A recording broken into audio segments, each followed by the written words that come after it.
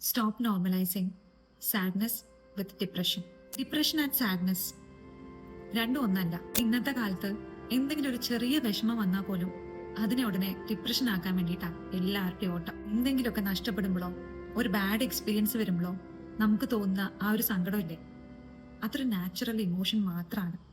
ആ ഇമോഷൻ വളരെ കുറഞ്ഞ കാലഘട്ടം നമ്മളെ കൂടെ ഉണ്ടാവുള്ളൂ.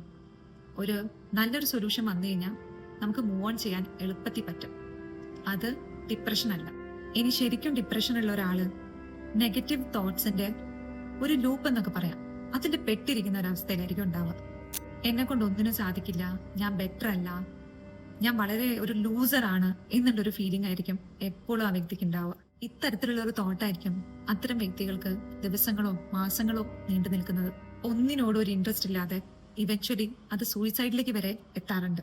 ചെറിയ ചെറിയ പ്രശ്നങ്ങൾ വന്ന ഉടനെ തന്നെ അത് ഡിപ്രഷനാക്കി നോർമലൈസ് ചെയ്യുന്നത് ഒരു വലിയ തെറ്റ് തന്നെയാണ്.